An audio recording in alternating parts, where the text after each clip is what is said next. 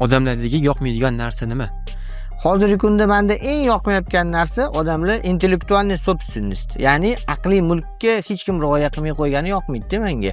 Misol uchun bo'lishi mumkin, bitta mijoz, bitta santexnik chaqiradi, uyiga ko'rsatadi. Mana shu 3 etajli uyimni atapleniyasini qilib bergin deydi. Nima yechimlab berasan deydi. Bu santexnik professional, o'qigan, o'rgangan, juda ham ko'p o'ziga pul sarflagan, o'ziga vaqt sarflaganda rivojlanishiga kuchli santexnik bo'lgan. Bu santexnik bunday ko'radi, bu xonangizga cho'pil pol, bu xonangizga radiator, bu xonangizga mana bunaqa fan ko'yillar qo'yamiz deydi.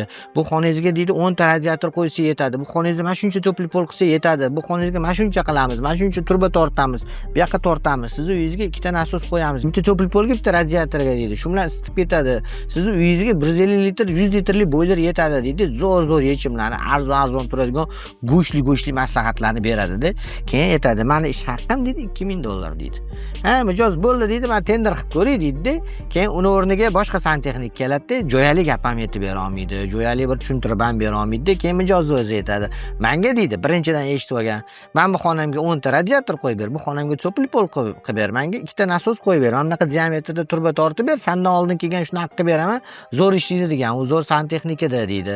Keyin, "Ha bo'ldi, qilib beraman" deydi. "Qancha qilib berasan?" desa, u bor 2000 dan raznica bersa, $100, $200 raznica beradi, lekin birinchi odam yechimini shunday tekinga foydalanib ketib olishadi. U odamni aqliy mulkidan shunday foydalanib ketishadi, unga shuncha aqliy mulkiga uchun bu narsa ham to'lab berishmaydi-da. Shunisi eng yomon narsa bo'lib qolgan, muammo bo'lib qolgan.